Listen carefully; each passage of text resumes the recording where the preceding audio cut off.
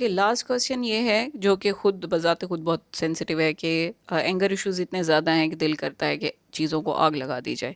بالکل میری 10 سالہ پریکٹس میں 3 ایسے کیسز آئے ہیں میرے پاس جس میں باقاعدہ لوگوں نے یہ کنفیس کیا کہ ان کا دل کرتا ہے کہ وہ چیزوں کو آگ لگا دیں. اب میں اس کوشچن کو جو ایڈریس کر رہی ہوں وہ صرف ایک لینس سے کہہ رہی ہوں کیونکہ میرے پاس کمپلیٹ ہسٹری انڈیویجول کی موجود نہیں ہے. اکثر اینگر ایشوز جو میل میں دیکھے گئے ہیں، میں دوبارہ کہہ رہی ہوں، میں جرنل بات کر رہی ہوں، وہ یہ کہ ان کی زندگی میں جب ریجیکشن کا عمل بہت زیادہ ہو، یعنی ان کی زندگی میں سینس آف ریجیکشن بہت زیادہ ہو، ارد گرد کے لوگ انہیں مسلسل ریجیکشن دے رہے ہوں یا ان کی بات کو سیریس نہ لے رہے ہوں، اور نمبر 2 ان کی باؤنڈری کراسنگ بہت زیادہ ہو، یعنی انٹرفیرنس لائف میں بہت زیادہ ہے اور ان کی باؤنڈری کا خیال نہیں رکھا جا رہا. تو ایسے انڈیویژول بہت زیادہ غصہ کرتے ہیں اور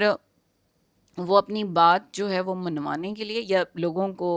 یہ بتانے کے لیے کہ مجھے انہیں سیریس لیا جائے، وہ اپنے غصے کا اظہار بہت زیادہ زور سے کرتے ہیں.